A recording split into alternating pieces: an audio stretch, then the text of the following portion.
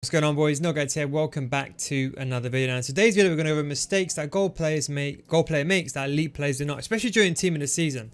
And one of the first mistakes is rushing. This is probably the most important thing. Now, if you're getting gold 1, it's not that bad. You can still get there very calmly because Elo will catch up to you. If you're going towards 23 wins and above, you have to play smart. You know, for example, you're going to get team press in your half.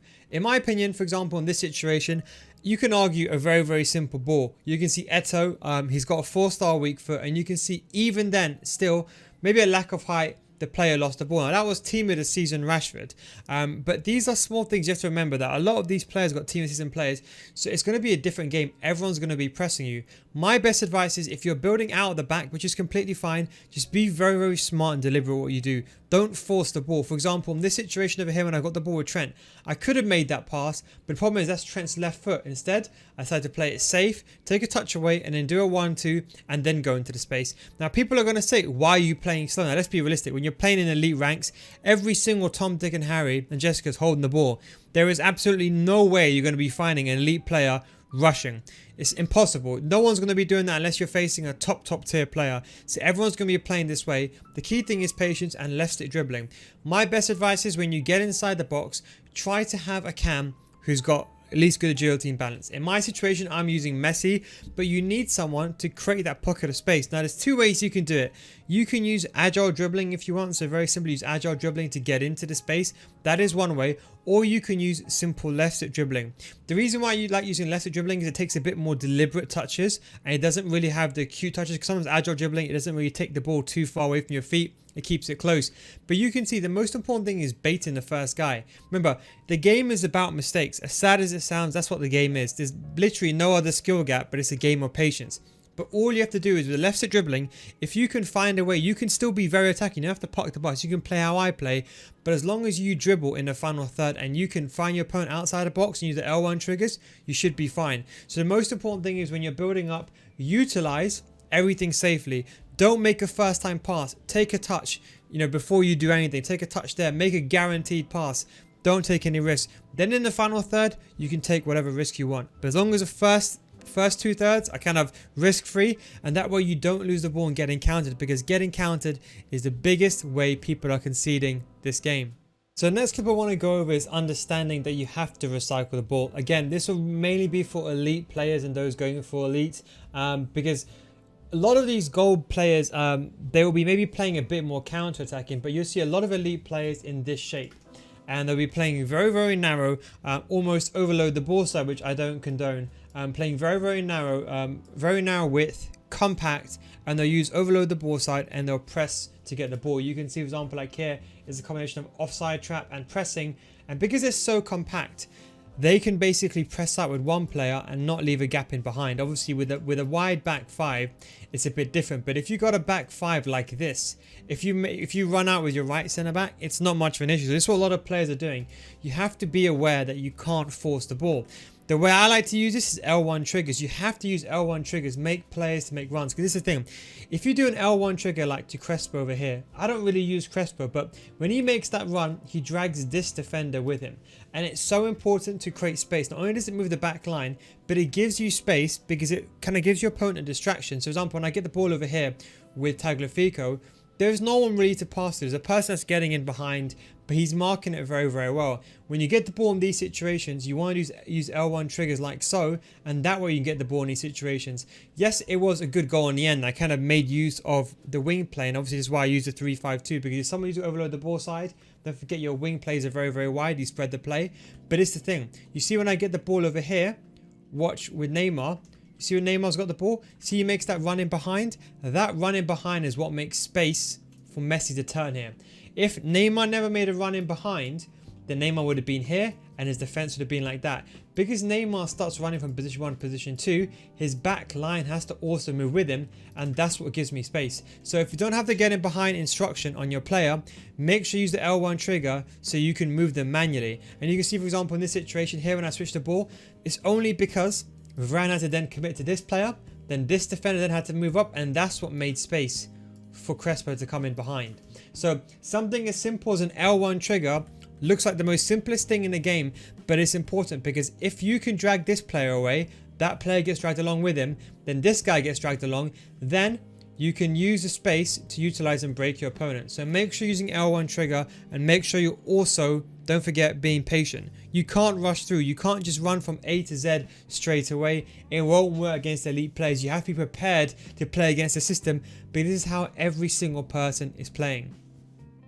Okay, so in this example, I'm going to go over how to stop getting counter-attacked and how to stop losing the ball. Now, don't forget, everyone's going to be playing very compact and narrow, so you're going to get counter-attacked. But I just want to show you how pace is the most important thing for CDM. Just watching this situation, how I'm able to recover simply due to pace. This is why pace is so important, especially in team in the season time, because the possession, it's not about the player itself, but the ability to run back and recover is the most important thing. Don't forget, everyone's going to be playing very, very compact. So if you do lose the ball, you're going to be in big, big trouble. Now, I have two CDMs. I have Tagliafico and I have Trent. Tagliafico costs 150k. He's got a 2-star weak foot, yes, but he's fast, and that's why I bought him. You cannot make do if someone's got 80 sprint speed, especially in team of the season. Unless you're a pro player and you don't make mistakes, you cannot make do. The reason why is you're going to make mistakes eventually. And the worst thing is you cannot play aggressive. If you have a fast CDM, you can play aggressive. So for example, like here, I read the ball over there. I think there's a good chance of me getting the ball, so I try to be aggressive. If I got that ball and I won it, I could have counter-attacked, been 1-1 back in the game. But if you've got a slow player, you can't risk it, because if you lose the ball at this situation, you are screwed. But watch, for example, how I have Team of the Year Trent, or I use Tagliafico, and I just run back. Don't forget, you can just sub Tagliafico. Look, watch how I run back. And you can see how I stop the pass going to the middle guy.